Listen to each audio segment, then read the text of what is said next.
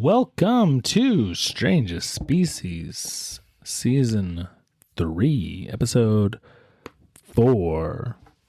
I feel like we make up stuff every time we record. Well, I can't remember what episode we're actually on, which is pretty normal now that we do it every other week, but I'm pretty sure it's at 4. I just feel like at the top of your script, you should have like a running tally. Yeah, that would be a great idea. So for those of you out there that think we're crazy because we actually don't know what season or episode we're... I know it's Season 3. Well, okay, sure. What episode we're ever on, and we might repeat ourselves and we have no idea.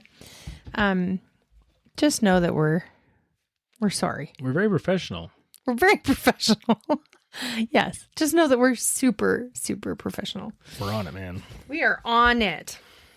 On it. Well, cool. Well, how you doing today? Really good. Had a really magical summer night last night with a bunch of boys, like all my boys and a friend and stuff, and like looking for shooting stars and having scary stories by the campfire. That was really pretty magical. And I was not there. the day, no, yeah, I know, but the day was pretty dang good. We then were about to float the river as a family for the first time all season, and I realized that I was missing my purse, and that has kind of frazzled me. Luckily, I think I know where it is, and I think it's safe, and no one's tried to use my cards. But it's like an hour away. Yeah, but it's like an hour away, and it's just kind of put me in this little, I don't know, kind of like uneasy feeling. Yeah, you're like a funkzilla. I'm a funkzilla. Okay, it's a cool term. But we had a great family reunion. Mm-hmm. We all survived, all 50 of us. Yeah, I still am super playing catch up on sleep, I think. Oh, yeah. I think me too.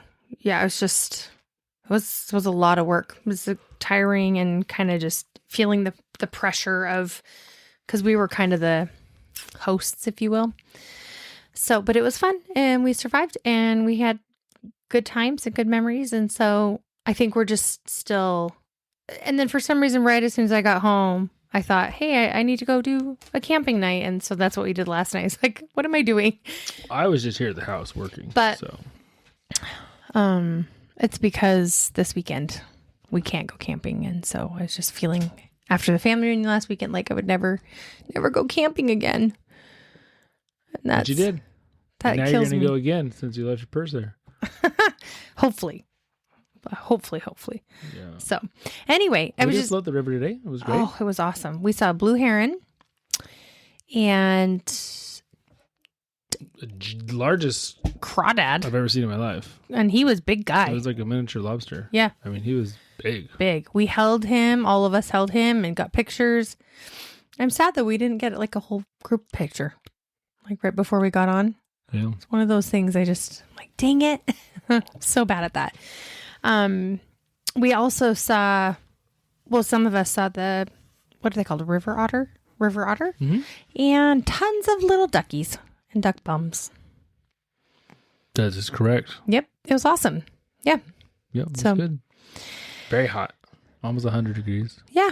But the water is very cool. Very cold. Yeah. So it's refreshing. Works out well. Perfect combo. Yeah, the family reunion was good. I think we need to shout out to Rusty, Lottie, and Reese, because apparently they like to listen to the show. Oh, yeah. We found out that they love it. So shout out to those 3 cute kiddos. They got some of our swag. They were... Did you ever give them to Maggie? I did. Oh, good. Yep. They got the swag, and so that was good. We didn't know that they were our fans. It's always fun to have fans. So much fun. So much fun. Makes us feel so famous. So famous. Anyway, no, it's been good. It's been busy. Oh, our house is finished being painted. There you go.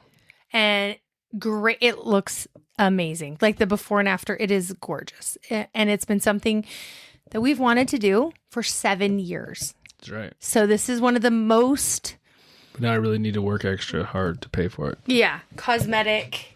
The most it's definitely the thing we've done the most, at least outside, that changes the look of the house. Yeah. Not like functional and safety, like you We've done kind of some had to do giant them. things on the inside too. Like when your furnace breaks, you have to do it and it's not fun. This is like the kitchen was fun, but also like... I think the kitchen's number one in functionality and just magic. Right. But this is really good. I mean, it looks awesome. And it's officially done as of today. Yeah. So excited. New gutters, new roof, new paint. Yep. It looks amazing.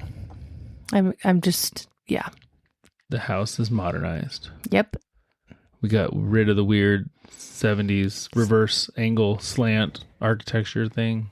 The side eye Which rails means nothing to you guys, but... Like the side walls on the windows? Is that what you're talking No, about? I'm talking about underneath like the playroom bay window. Oh, yeah. Oh, that was terrible too. Oh, there's so many things. They're so terrible.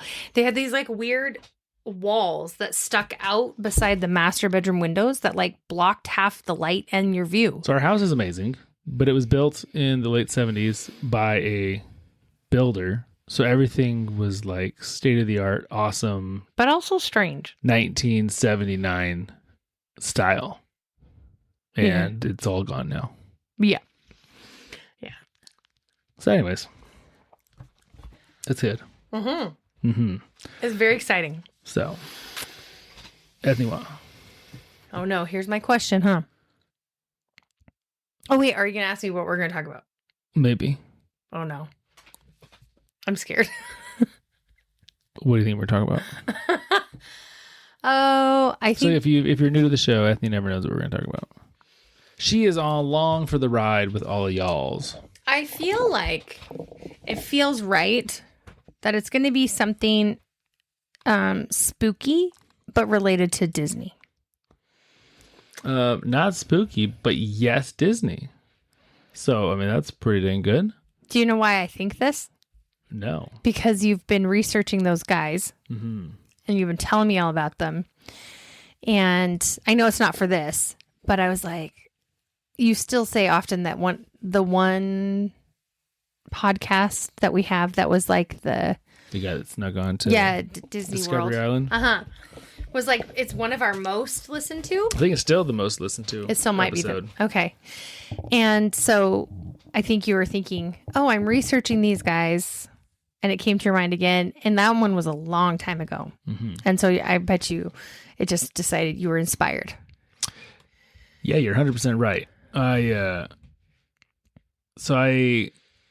have a new book that I'm working on with a publisher that writes about theme parks, mostly Disney, out of California. I won't tell you what the actual book is or the idea or everything, but the story that we're going to do today is a chapter out of that book. Oh, it is? Yeah. Oh. And I've been researching a ton, and I have so much else going on in life that I was like, this is what we're going to talk about, because it's a super cool story, and it's what I've been working on, so I didn't need to go research something else. Well, that's cool. Yeah. That is cool.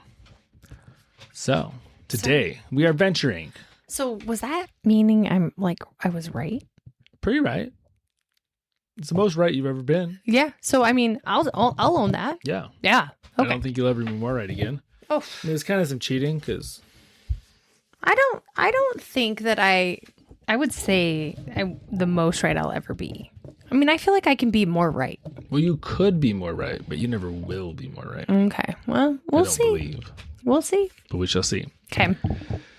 So for today's story, we are venturing across the country to a little place called Orlando, Florida. You ever heard of it? I believe so. I believe I've been there. Okay. Well, in Orlando, there's this little place called Disney World. A little place called Disney World. That's funny. Have you ever heard of that? Yeah, I mean, yes. I think I have. Inside of Disney World is this little place called Epcot. Have you ever heard of Epcot? Yes, I believe I've been there as well. Yeah. So it's one of the big golf ball buildings. Super technological. Yeah. Well, Epcot was. You remember what it stands for? Ooh, do I remember? I know I've been told. It was Walt Disney's brainchild. Yeah. Very different than Disneyland. I don't remember. So Epcot stands for the Experimental Prototype City of Tomorrow. Oh my gosh, how would I have ever remembered that? I feel like there's a ride there or something lots that of rides no, that are but like that tells you that that's what Epcot means or something. Probably. Do you remember anything? No. How do you know what it means? Say it one more time. I forget already. Experimental Prototype City of Tomorrow. Okay. Remember that thing that we went on? It was all about the hydroponics and the growing technology thing. Living with the Land? I don't know. Was that at Epcot? Mm-hmm. I feel like in that video, they tell you what Epcot means. Could be. So Epcot was like this futuristic city, essentially. It was supposed to be educational. So unlike a normal amusement park that's full of rides and attractions like roller coasters and things like that, Walt Disney it was way more educational. And instead of building rides, they built these giant pavilions. So one of them is, I'm not an Epcot person. I'm not a Disney World person. So I don't know all the ins and outs. But there's these big pavilions that have multiple attractions in them. And they are all themed. At least they were back in the 70s when Epcot opened. Like about the future, about space, about health, about, the environment. Right. Like it wasn't your typical, let's go ride fast on a roller coaster. Right. It's very different. So there was a ride back then that is no longer there called Horizons. Horizons. Yes. I feel like I need to see a skyline. That's kind of what it was. So Horizons was a giant ride. Okay. Massive. Big show building. They tore it down in I think 99. And they tore down the Horizons building? Whole thing's gone, yep. And now that's where Mission Space is. The one where you pretend like you're shooting to the moon and not throw up. Oh, and you throw up, yes. Yeah. That's what's there now, where Horizons used to be. And you did that with me, didn't you? I did. And you wanted to die. I wanted to die. Yes. I remember this. Yes. It's like being put inside of a centrifuge. No. Yeah, that's what it is. No, Yeah. It's not that bad. No, that's literally what the ride is. Okay. That's how they simulate you going to space and blasting off. Is they spin you in a giant centrifuge. I don't remember it being that bad. And I'm not like a super spinny ride person either. But so, okay, for those of you that are Disney people, what's the Star Wars ride called? Space Tours? Or Star The Tours? original, like Star Tours. Tours. Yeah. So you're in a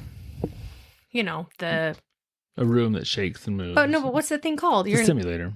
No, but in Star Wars, the actual thing they want you. I don't know. I haven't ridden Star Tours in years because I get sick. Yeah, he gets sick. Anyway, it's very similar, I feel like, to that. Like, It is on steroids. It's like Star Tours on steroids. But I don't feel like, I don't remember it being that bad. So bad that they had to make a whole new version of the ride called the Green Team. Why? For people who turn green. Are you serious?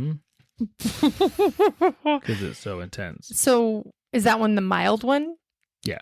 So like if you say you're a part of the green team, then you get the milder ride? Right. Are you being serious right now? Yes. Is it still alive today? Yeah. Did we ride the green team one? No, I think we did full. It was like the first thing we did. So I was like, fine, let's just do it. I want to see what it's like. Did you even know there was a green team one then? I don't remember. Oh, I kind of feel like we should have done the green team one if you knew that it was a thing. I don't know. I thought it was like towards the end. I feel like it was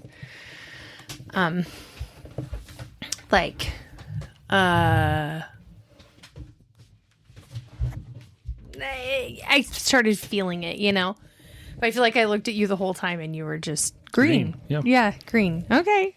Would not be a good astronaut. No, you would not. Nope. No. Nope. Okay, so Horizons. Horizons. Yes. So we're going back to Horizons. We got totally sidetracked by Star Wars stuff. Yeah, just space stuff, Well, yeah. So to understand our story, you need to understand what Horizons was. And it's going to be a little difficult to describe, but... Well, especially because neither of us have ever been on it or seen it. So you're just describing it based on like YouTube videos or whatever? Yeah, well, I've ridden it in quotations many times over the last week via old YouTube videos of it. Oh, in quotations. So I was like, what? Yeah. So it was a dark ride Okay. on an Omnimover. An Omnimover's the same kind of platform that Haunted Mansion's on. So it's Or the constantly Little Mermaid. moving. Or the Little Mermaid Yeah, now. the Little Mermaid. It lasted about 15 minutes long. Well, that's long. Yeah. And it was huge. The building was 3 acres large. Oh my gosh, Yeah. that is huge. Yeah. What the heck are you doing in there? The steel inside of it weighed more than Spaceship Earth, which is Epcot, the big ball. It's called what? Spaceship Earth. Is it? Yeah. Oh, I didn't know that. But so anyways, it weighed more than the big ball weighs. Wow. But instead of a normal Omnimover where you sit, like in the Haunted Mansion, this one hung from the ceiling. So you were dangling below the ride track Weird.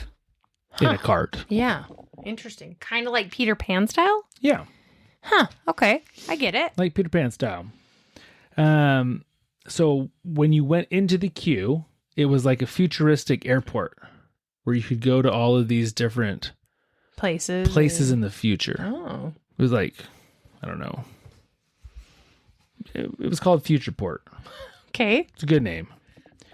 So the ride first went through, it was kind of confusing. It was first like historic versions of what the future would look like. Like so you're sitting in this ride and there's these full-size animatronics, acting things out or whatnot. So it started as like the past looking at the future, like Jules Verne and people predicting what it would be like. But eventually you join this family going in the future into all these different city colonies of the future. So there's a desert scene and an underwater scene and an outer space scene. Weird.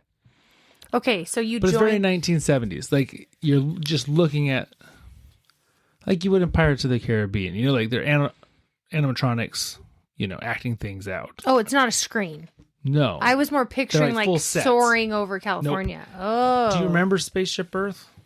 Like the ride in Epcot? I don't know if I do. So it's It very was so long ago. almost identical. I mean, not what's happening, but this is very slow, meandering, looking at they're not static.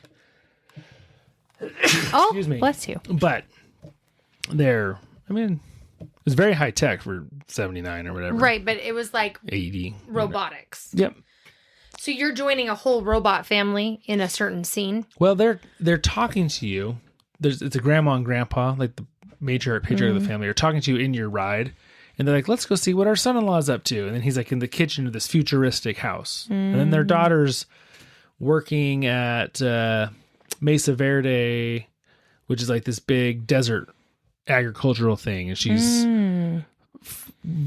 farming all of these weird vegetables of the future with futuristic stuff. And then you go see their granddaughter who's talking to her boyfriend who's fixing a submarine and the sea colony. And then grandma's in outer space. And Grandma's in outer space. you go up to the space colony and people are floating around, like all these kind of things. Okay. Interesting. And then at the very end, you get to choose one of those 3.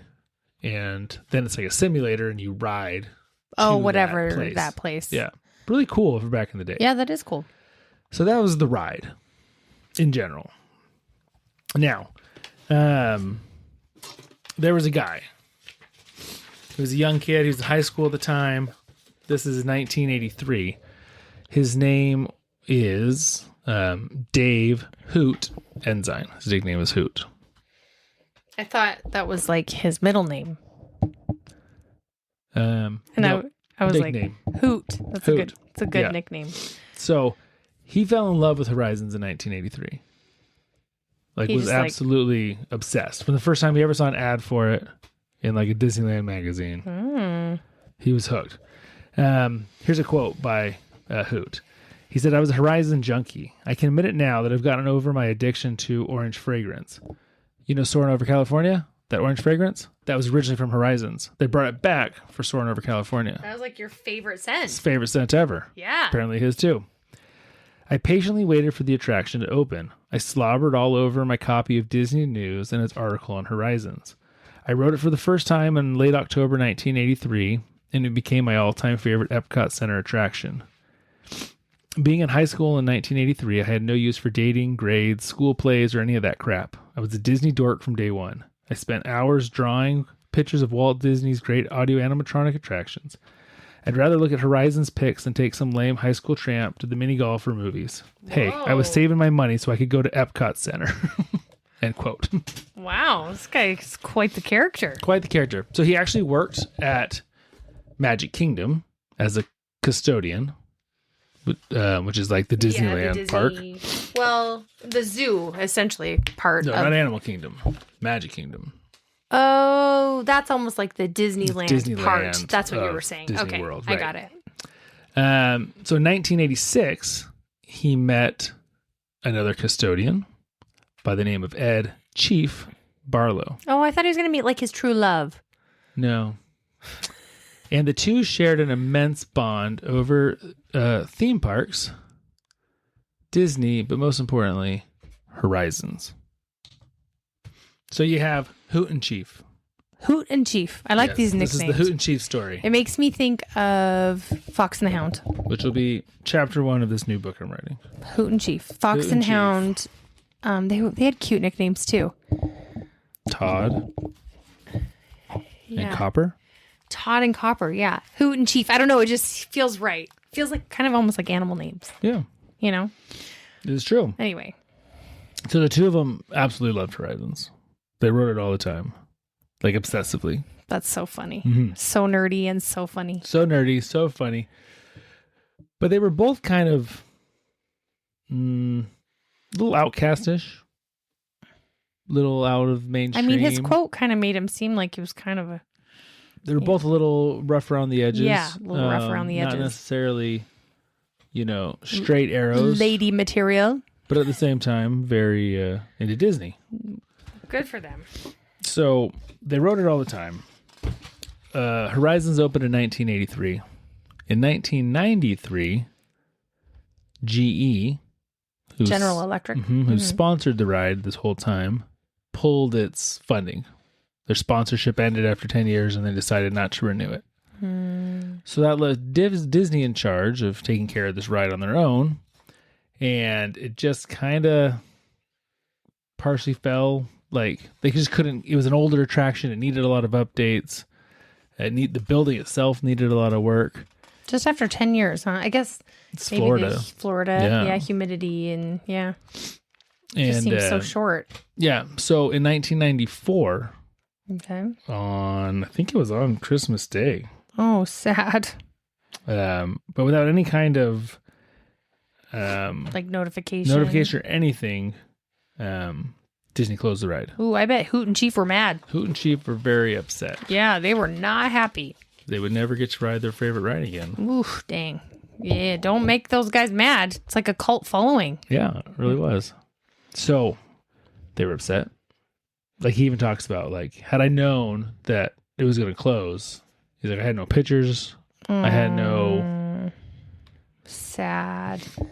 Yeah, why didn't they make an announcement almost like, hey, in one more month or something, in 30 days, we're closing this ride? Because that just seems like the right thing to do. Yeah, it's an original, like, Right. monster size ride That's- attraction. Wait, 3 acres?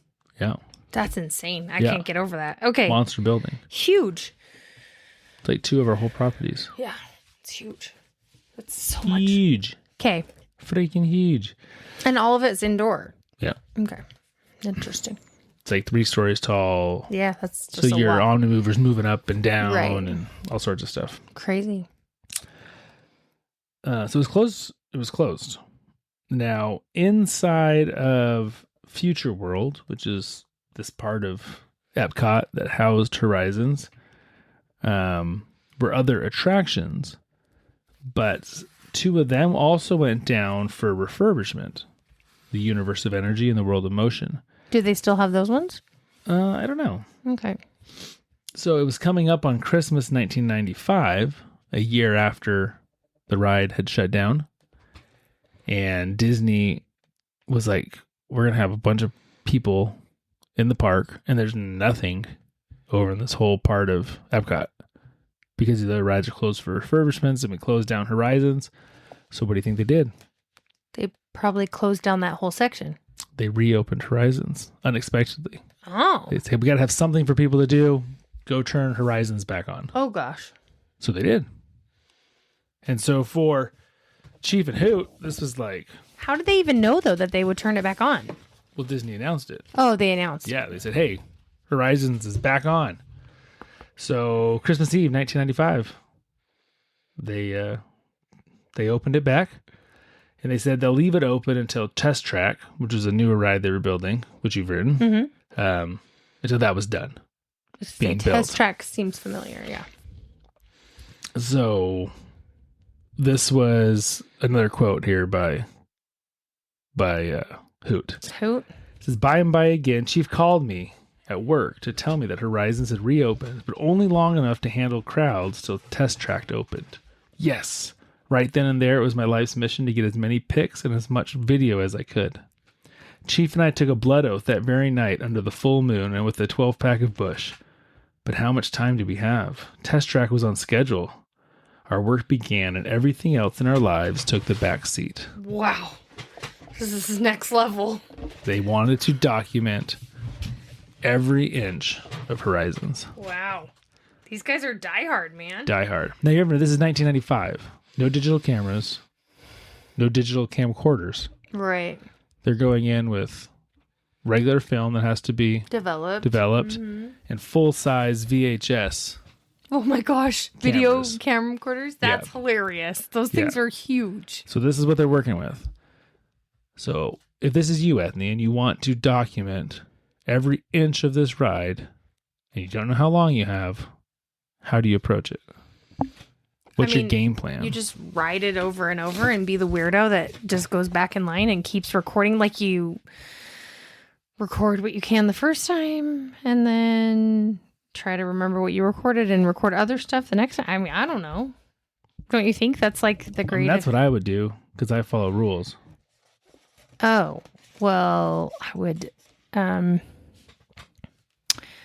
if you want to record every part, there's a lot behind the scenes. So then you have to so me and you have been on a ride when they've shut down. Mm-hmm.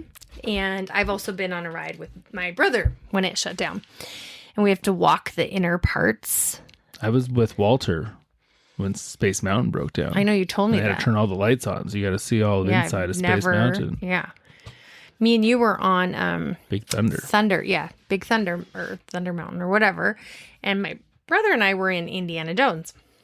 So it's really cool to walk on the inner side. So I guess I don't know how you get yourself, like maybe you throw a shoe out so they have to stop the ride or something. I mean, I don't know. That's a good plan. How you get yourself into the back without a malfunction. So maybe you force a malfunction.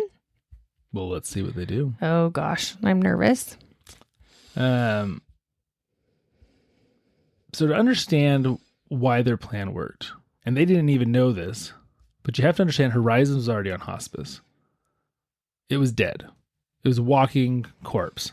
They were just opening right to help themselves out for a short time. Right. So because of this, there was absolutely zero security. I mean, that makes sense because, well, it's still, though, if it's open and they're choosing to open it, they should have some security. One would think, right? Yeah. But there wasn't.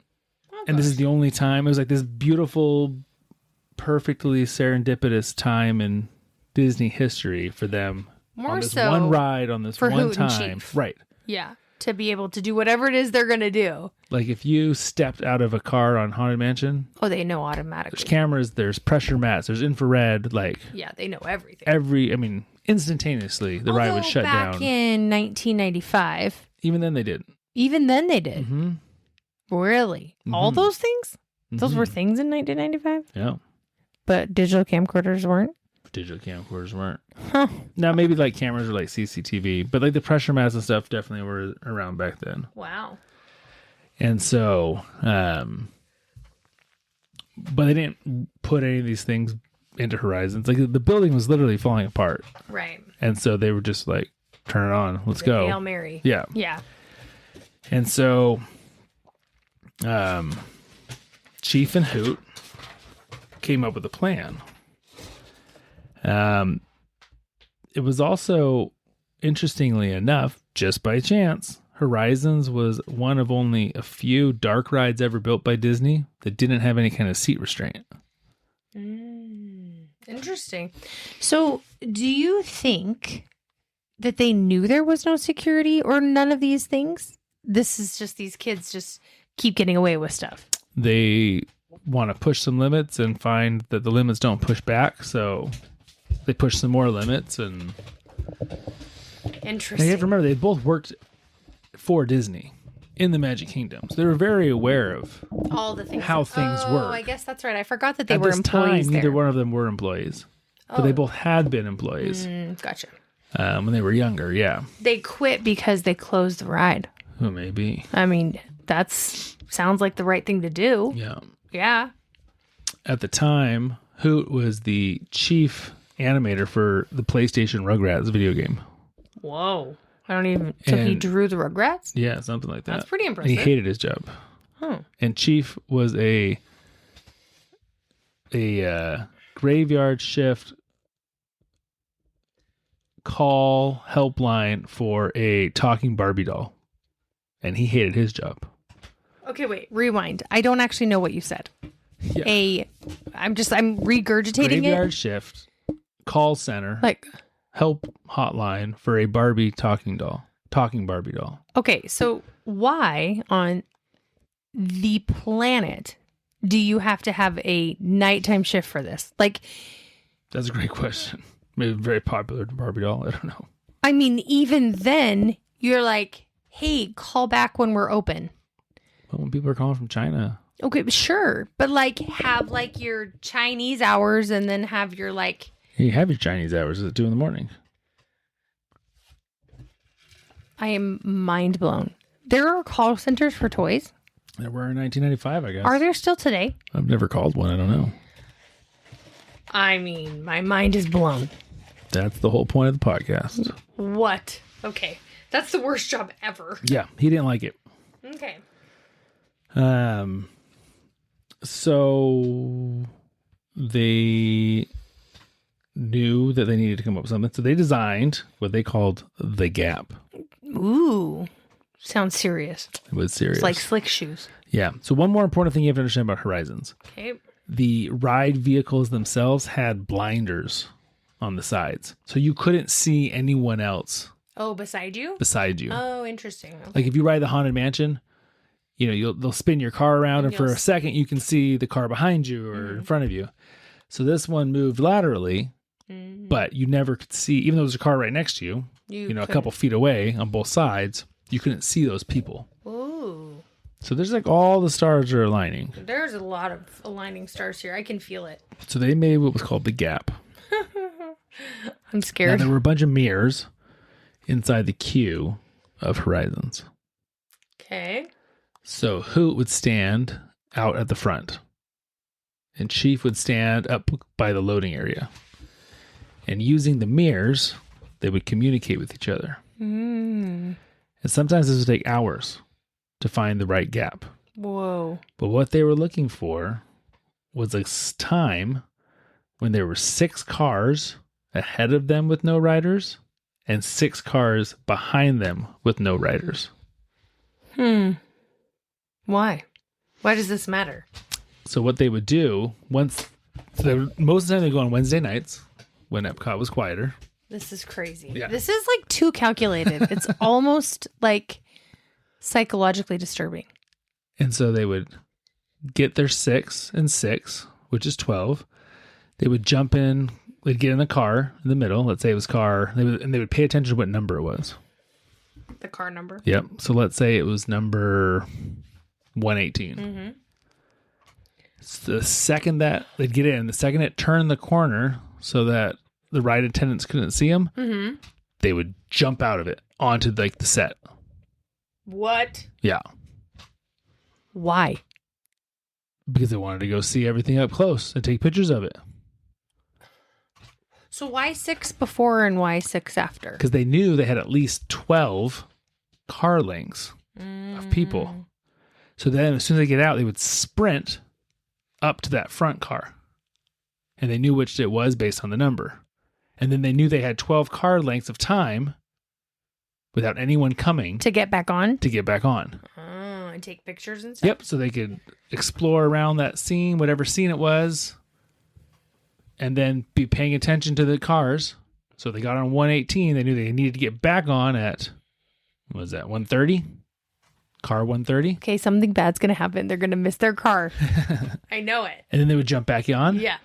And go and then they would try to find the gap again. They'd get off and wait for another gap. It's a lot of work. So the first time they did it, one, they had no idea about security. And they didn't have any idea if at the end, like when they got off, like was someone going to say something to them? Here's the thing. They're employees. Maybe they could get like special benefits. Well, they're not employees anymore. Oh, they're not now. Right. Okay. They're former employees. Right. So that was the gap. I like the gap. And the gap allowed them to see a lot of things and do a lot of things, but in a very limited time. You know, they only had a couple minutes. Right. If that even. That's why I'm saying one of these times they're not going to get back on the car and something's going to happen. Like something bad. They're going to be like, oh crap, we missed our car. You're right. And then they're going to have to like pose like one of the statues. And the people going by are going to have to think it's them. And then I don't know what they're going to do. So the first time they tried it, super successful. Oh. Until you knock your microphone over. Oh my goodness. How did that happen? You're a wild woman. I didn't even touch the cord. Is it pulling? I don't know. Sorry about that, guys. So they hopped out, they explored some scenes, took pictures with the animatronics, were all giddy, hopped back in, didn't get caught. Okay. So as they grew more comfortable, they knew there was no security watching. They were getting a better feel for the ride. They got a little more adventurous, as one does, right? So they brought along some friends. Who brought along his girlfriend, Sunnyside. Ooh, cute. They actually are married still to this day. That's cute. Yeah. They're still both alive. Yeah. Oh. And so they would do that, you know, but they,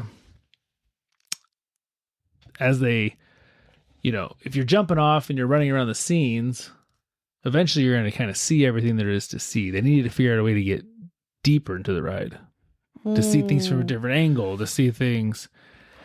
And again, you have to remember all this is done without anything digital. Right. They're hauling in backpacks of VHS cameras. This is funny. They would go home at the end of the night. They would go drop off their stuff at Walgreens 1 hour or whatever, and then just pour all night going through their pictures. And they would make detailed lists of, I need a better picture of this. I need a different picture of this. We didn't get a picture of this. Why are they so obsessed? I mean, like, who cares? But it's insane because this is like Walt Disney, like old school Imagineering ride. Like the amount of detail in this ride on things that it were impossible to see ever from the car is just insane. I see what you're saying. Like custom made patches on suits that you couldn't even see from. Like no one's ever going to see this, but the Imagineers. Well, now it wouldn't be anything like that, you know. Like so much detail. Many corners. Yeah, but also, like I feel like Walt's mind was so far ahead of where, like, anyone else had been yet. It was so, what's the word? Like he was the first one to do a lot of these things. It's true. And he passed away before this opened, but a lot of his original Imagineers still worked on these rides. Right. So the details and the expectations and stuff of kind of the standard to which, you know, Walt held things or had things. It's pretty cool. Yeah. It's pretty cool. So that was what they were up to. That's what they were doing. When did they get in trouble? I'm ready. Or do they get away with all of it? So let's just keep going through our story, all right? So like I said, as they got more comfortable, they pushed themselves to document like deeper and deeper parts of the ride. So there was one night they had a large gap and they wanted to get to the bottom of the underwater scene. So there's one scene that it's almost like it's an underwater city And so as the ride track comes, you're looking down at it. Hmm. So they jumped, they had their gap, they climbed down, but they realized that the pit was too deep for them to escape quickly, and they couldn't get back up in time. Ooh, I knew this was going to happen. And so the gap closed, and all of a sudden there were cars coming with riders in them. Yeah. So what do? That's what I'm saying. You act like you're a statue. So they actually hid behind a rock with this moving octopus. And there's pictures and stuff up. Like, you could look up this exact That's octopus so awesome. as the riders pass by. And so they're sitting behind this rock, huddled up, hiding, like trying to. This is awesome. And so then as they're doing this, guess what happens? The ride stops. The ride stops. And the narrator's voice comes on. Attention, riders, please remain seated. Your ride will resume shortly, or whatever. And they're both thinking like, oh, crap. They're in trouble. Has someone seen them? Did they finally get caught? Or was it something else entirely? Were they putting on someone in a wheelchair? Or were they... Yeah. And so they didn't dare move. But now there's also these cars stuck looking at their scene that aren't moving either. I mean, it's one thing to hide from someone who's only looking there for 10 seconds as it moves by. And the octopus would be moving, right? But now everything's it's still. Just static. And so all of a sudden, they hear the small boy yell, "Look, Mom, a foot." And Hoot realizes his foot is sticking out from behind this little rock a little bit. No. So he sucks it back in, pulls it in tight. Gosh. They keep waiting. They say it's probably about a half an hour that the ride's down. So are they looking for us? Are they, That's so awkward and sweaty and you're so uncomfortable in that same position. But eventually it started back up. Oh, thank goodness. And they noticed a few empty cars, and they were able to scramble up without being seen and hop back in a car, and they got out all right. Wow. So the gap method worked wonders. But again, it was still challenging to see it all. Right. To see all of the stuff. Mm-hmm. And I'm not going to get into all of the things they found, because some of it's pretty funny. Oh, really? There's some definite humor. There are a few provocative things that were left in sets on purpose that you can't see from the ride. Subliminal messages. Not even subliminal. Outright. You just can't see them from the ride. From the ride. That will be in the book when I write it, but not here. Not here. Well, I'll give you one that's not so bad. Okay. They're not even so bad, but from one scene, you can see up above, and there's a lady in a bathtub. You just see her shoulders, and so they actually climbed up there, and they realized there's a full naked animatronic in there. Like, what's the point of having a naked animatronic? Like, no one's ever going to see it other than those who made it, right? Yeah, like, and then they know. Yeah. So stuff they were very shocked to find, this animatronic has breasts. Yeah, that's weird. That's weird. You don't need those. Yeah, that's funny. But, so like I said, the gap method worked great, but they needed something better. So this is seriously like a drug addiction. Yeah. Like you always need more. So in one exploration. Oh, no. There's one of the very first scenes of the ride. They find on the floor this little 2x2. So it's a 3D scene, a big giant scene with audio animatronics and all sorts of props, but the back walls are giant canvases, like on drywall.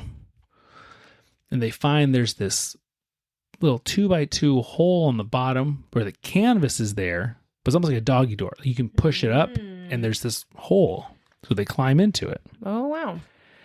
And they find that there's this triangular negative space behind this hole. So it's probably like 15 feet and like 40 feet tall, pitch black. Yeah. It's just drywall on all sides. Like, it's just this negative space between the rooms. Yeah. That's not so bad. No. So obviously it's not a functional space. Right. There's no electronics. It's just dead space in between the ride. So they come up with an idea. Oh, this is like their hideout. Yeah. It's like their fort. Exactly. Of course. Why don't we just stay here? Oh my gosh, like all day long? As well, and let's see how long we can stay. So they're very worried the first time that the cast members kept an eye on who was coming and going. And so they thought, okay, well, if in like 12 minutes, all of a sudden the ride stops, maybe they realize we're not on the ride. And so they waited there. And the ride just kept on going, probably. Right. So they waited there to see what would happen. And nothing did. Yeah. Said, okay, cool. So from there, they spent the next 4 hours exploring the ride. Just in this negative space, or like they would go out? They would go out and they could move around other places. And then go back to that negative space. From here, it wasn't just going to the ride scenes anymore. Now they could go behind the Omnimover. Now they could go under the sets. Now they could go, because they had a place they could go back to. I feel like it's dangerous. Very well could be, yeah. You know, like, ugh, hopefully they don't get hurt. But now they can really see all the nitty gritty things. Yeah, that they've been dying to see. And to document it. Yeah, for sure. And so they found the scent cannon that blew the orange scent into the Mesa Verde scene. They went up into the catwalks. And it was all pitch black in there, right? Right. Like they just have their flashlights. Oh my gosh. They found, and you have to remember, this ride had been shut down for a year. It had been abandoned for a year before they reopened it. They found dead birds. They found giant parts of the roof that were collapsing from water damage. They found, all sorts of crazy things. Yeah, that is crazy. And they documented all of it because that's what they were trying to do. And it's cool because they had like a code. They had zero interest in taking anything. They had zero interest in breaking anything.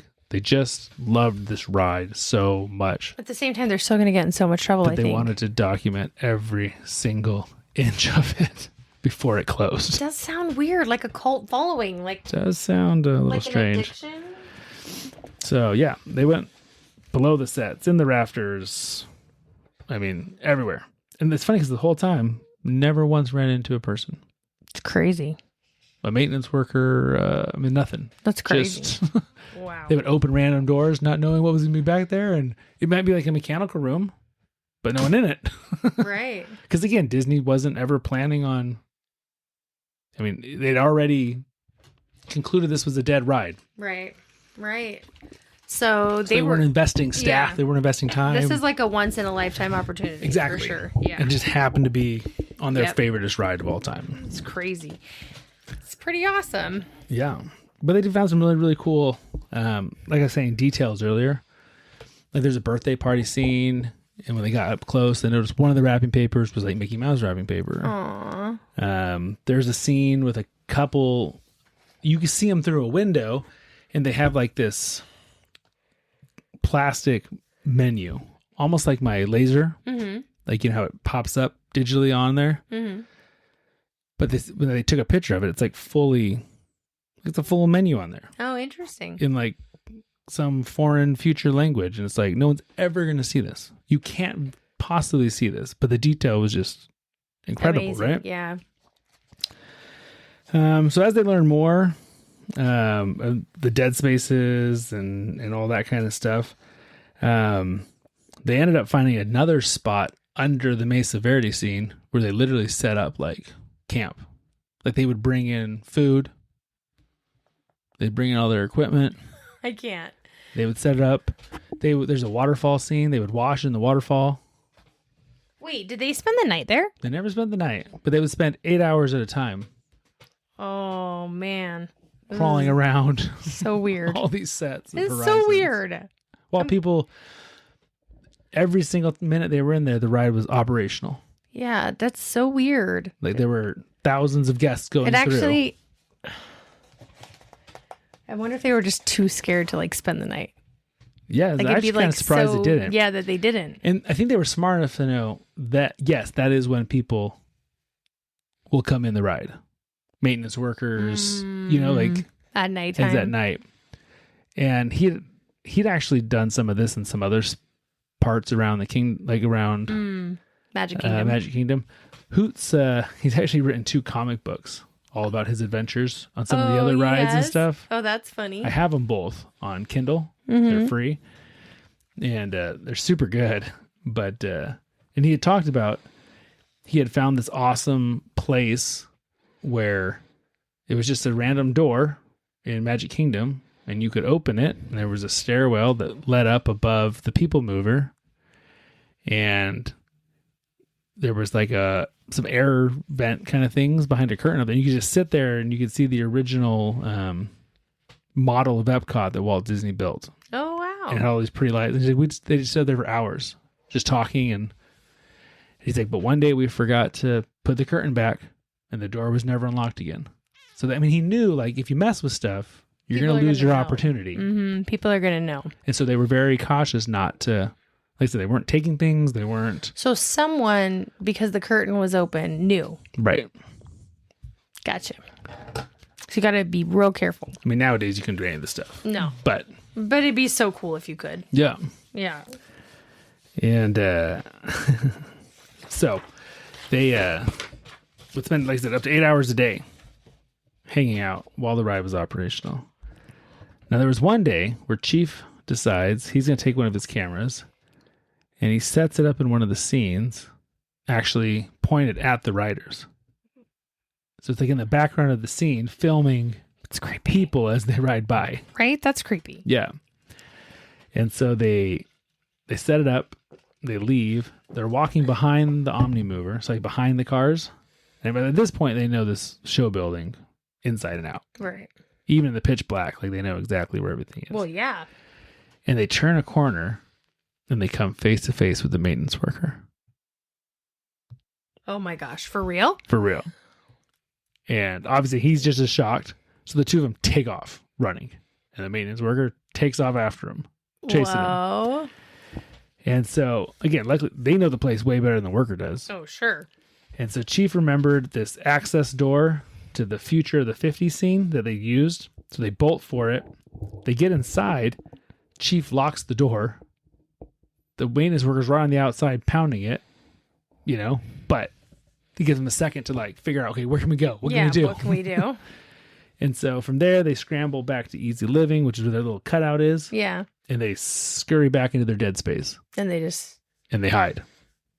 And they wait. Oh my gosh. Now, they want to wait it out, but all of their gear is back in their Mesa Verde hideout, which is under the desert. All their camera gear and stuff.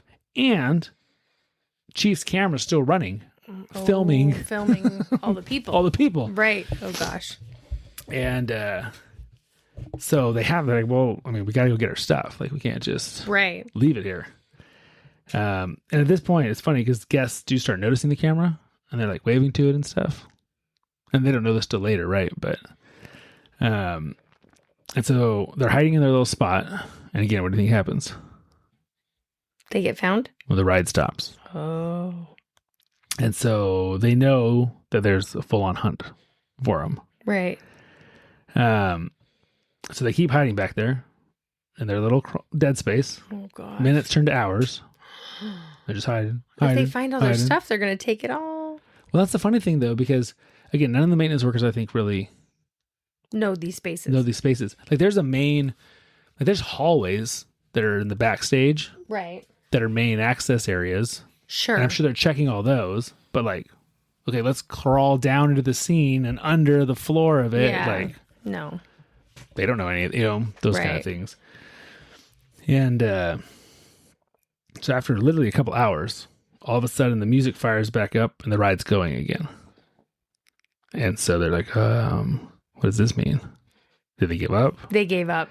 So they peek out of their little hideout and they notice that the ride's running, but it's not guests on it, it's park workers riding it, looking for them. Oh, dear. And so, and shining flashlights around, like in all the scenes and stuff. Do you think they noticed the camera? So, I don't think they have at this point. Like the workers? The workers, yeah. Oh, wow. And so Hoot and Chief wait a bit, and they wait for the workers to pass, and they come up with the greatest idea ever. So, it's a group of workers in these cars, right? And again, you can't see the cars next to you. So they decide they're going to jump into an empty car 10 cars behind the workers. because they're never going to be looking for us in the same place they are. That's true. Like, Yeah. and so they jump in, they run out once they go by and hop in a car, 10 cars behind them. So now they're riding the ride as they are looking for them on the ride until they get back to the Mesa Verde scene. Oh. They jump out, go get all their stuff, grab their camera, and they hide back in their hideout under Mesa Verde again. Now they have all their gear. Even the one that was recording the people? Yep. So they got that, and they're hiding, and so now they look back up, and they notice that the ride is full of guests again. So they've given up, like Disney has. And it's just running operational now. So they want to get back out, but they realize at this point, like, there's no gap. Right. Like, there's no empty car. Like, the only way we're getting out of here is, I mean, I guess they could wait forever, right? But they were ready to be done. Like, that we're going to have to just find an empty car and just run and jump in it, whether people see us or not. Mm-hmm. So that's what they decide to do. And eventually an empty car comes, and they just run through the scene and jump in it. Then nobody noticed? Oh, everyone notices. Oh. Yeah, they just like wave to them, whatever. And this is pretty great. So now they're terrified. Okay, when we get off, is there going to be like a whole swarm of security? Do they know it's us? Do they know? But this was the first night. This is 1995. It must have been 96 now, probably. Maybe even later. Maybe it's 97. This is the first night that Epcot has ever done a gay, like, appreciation night. Oh. So Chief says, when we get off, we're going to hold hands and act like we're a couple. And if anybody says anything to us, we're going to start yelling discrimination and run. Oh my gosh. And so that's what they do. They get off holding hands, and they definitely got some weird looks, like almost like the cast members thought that's who they were looking for. And they even said some other people said, hey, those guys were like jumped in the car or whatever, but the second they got off out into the crowd, they just blended in and got the heck out of there, got home, like out of the park. Right. Never got caught. Oh my gosh. That's nerve-wracking. Did they go back again? Oh, yeah. I feel like after that, you should take a break. No, they totally went back again. Wow. So, they escaped totally unharmed with all their gear. No problems whatsoever. It's legit. So it was funny when Horizons was officially coming to an end, because they knew with Test Track coming, like when it was going to be, they were trying to find what their grand finale should be. Mm-hmm. Okay, they spent, I don't know how long, a couple years documenting this thing, and they'd been everywhere, and they've taken pictures and videos of everything. So they're like, how do we want our final, like, right? How do we want to go out before they tear down this thing that we love? So they thought one funny thing would be wait for the gap and then jump out and steal anything that wasn't tied down or glued down and put it in the cart behind theirs, just to watch the face of the employees when all of a sudden this cart came by full of that actually would be funny stuff from the ride. That would be funny. So that was an idea. They had another idea to run naked through the scenes until they got arrested. Yes. Don't do that. You don't want to get arrested. It just creates a whole can of worms. They had another idea of taking in super soakers and in the underwater scene, splashing, like shooting people. That actually would be really funny. They should have done that. Making it a 4-dimensional kind of ride. Yeah, well, they would have thought it was 4-dimensional. Exactly. Yeah. Until, again, So those are all their ideas they had, these crazy ideas. But you know what they finally decided to do? I don't. The most really poetic thing ever. What would that be? I don't know what that would be. What would that be? They got on. They rode it one time as it was meant to be ridden. And then got off. And got off. Oh. And never went on again. That's poetic. They just enjoyed it one last time. Yeah. And probably like cried. it was designed to be. They probably cried. I'm sure they did. Oh, that's really cute. And they got off, and Horizons was... and they left a chunk of their hearts with them. That's right. It was actually kind of funny. Chief was the last person on Earth to kiss one of the audio animatronics, the farmer girl, goodbye. she's a redhead, and they kind of always make fun of like how beautiful she was. But he says he knows he was the last person because the actual last people, in quotations, to ever ride. This is a quote. He says, "This took place as the last people to ride Horizons were about 10 cars ahead of us. How was that so? We saw a handful of diehards toasting with grape juice just outside the entrance. Some sort of management person was with them. We went in ahead of them, hid out, watched them go by. Then we paid our goodbyes to the greatest vision of future living ever created. When we got to unload, there wasn't a person to be seen. We walked out and sat in front of Horizons. It was officially over for us and everyone else." And so it's important to remember they did this because they were super huge fans. Right. Not because they were trying to be disrespectful or anything like that. Right. Later on in life, they actually created a blog called Mesa Verde Times. Based off the Mesa Verde, where they posted all of their stuff. I assume after the statute of limitations. This is like 2009 or something like that. Yeah. But it's actually funny. So the family of the guy who created the ride absolutely hated him. Why? Because they were sneaking around. But they were like, "You should love us. Like, we're trying to document it because we love it. Like, Disney destroyed it and kept nothing, like, you should be so grateful to us that we kept your grandfather or father, whatever's, legacy." But there were a lot of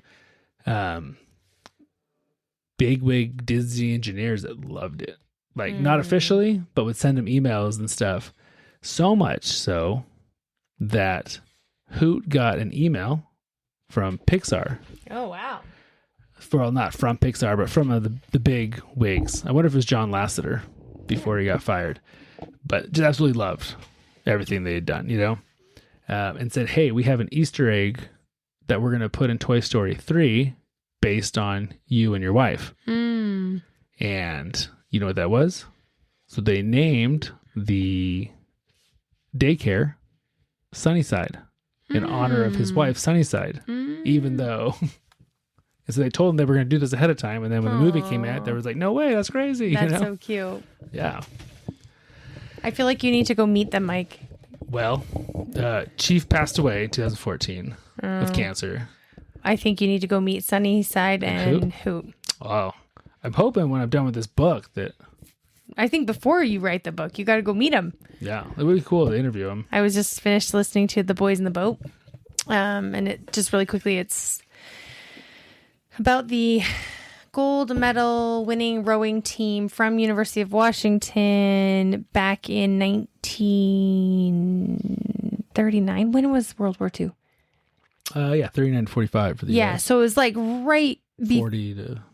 I know, it was later, 42 to 45. Anyway, so... World War II itself was there by that time. Right. The war hadn't fully... Like, Hitler was in power, so they actually got to see Hitler and all this kind of stuff and be in Berlin, and some of the yucky stuff that had happened was being hidden from the eyes of the people that came over, but there was stuff behind the scenes that were going on. Anyway, he met the author of the book, was the one who also audiobooked it, and he met with all these, Olympic rowers and kind of got their stories before he wrote the book. So now I feel like... Yeah, it would be great. You need to go do that. You should. How do you find them and reach out to them and say, "Hey"? I found them online. Right, but it's interesting. There's nothing on the story anywhere. There's a wonderful YouTube documentary. It's about 25 minutes that a guy did on it. But other than that, there's not even a Wikipedia page, which is crazy because I feel like everyone has a Wikipedia page. That is crazy, huh? Well, but you need to make a Wikipedia page on them. I'll just write a chapter in my book about them. Or go visit them. That would be cool. Remember I told you that Hoot was the chief animator for the Rugrats game in PlayStation? Mm-hmm. So he programmed in a secret hidden credit scene. And inside of that, he put a picture of himself from one of the scenes in Horizons. That is funny. So if you ever play the Rugrats game on original PlayStation, you can see one of the pictures. Now you can go to MesaVerdeTimes.com and You can see all of their pictures and all their videos and all their... That's so They're not interesting. good. I'm sure the footage is terrible. Yeah. Yeah. Because it's old school. In the dark and it's old crappy VHS. But I bet But it's so fun. it is really fun. It's such a cool story. Yeah, that is a cool story. I think. Well, thank you for sharing your cool story. Yeah. So, anywho, like I said, Chief passed away, and Hoot buried his ashes in Epcot. Aw, cute. There's a video of it you can watch. It's pretty sad. I mean, it's not sad, but it's... Happy, Yeah. sad. Yeah. Aw, He cries. I'm sure. Got some good nostalgic memories going on there. Yeah. Yeah. So, anyways, that's the Hoot and Chief story The Hoot and Chief story. I like it. from Epcot. The Hoot and Chief. Hoot and Crazy Chief. boys. Crazy boys. They climbed... Wonder what their parents thought they were doing all day. just riding around rides at Epcot. Yeah. I mean, they were grown-ups at this point. I guess that's true. Well, I mean, he was in kind 10th grade in 83. This is in 95. of. Oh, but doesn't he have like a job? I mean, Yeah. like, what does his family think? I mean, So his wife would go with him. Actually, she's funny. I listened to an interview with the two but of I them. mean, how does he take this much time away from his job? Well, he would go after work. These guys are diehard. Yeah. Well, once they figured out they could do it for like 8 hours at a time, then they'd probably go like on Saturdays and stuff. Crazy. Crazy. Well, But yeah, she would talk about how she would drop him off and then just go like roam around the World Pavilion at Epcot. all by yourself. Yeah. That makes sense. And then go pick him back up later. I mean, who wants to,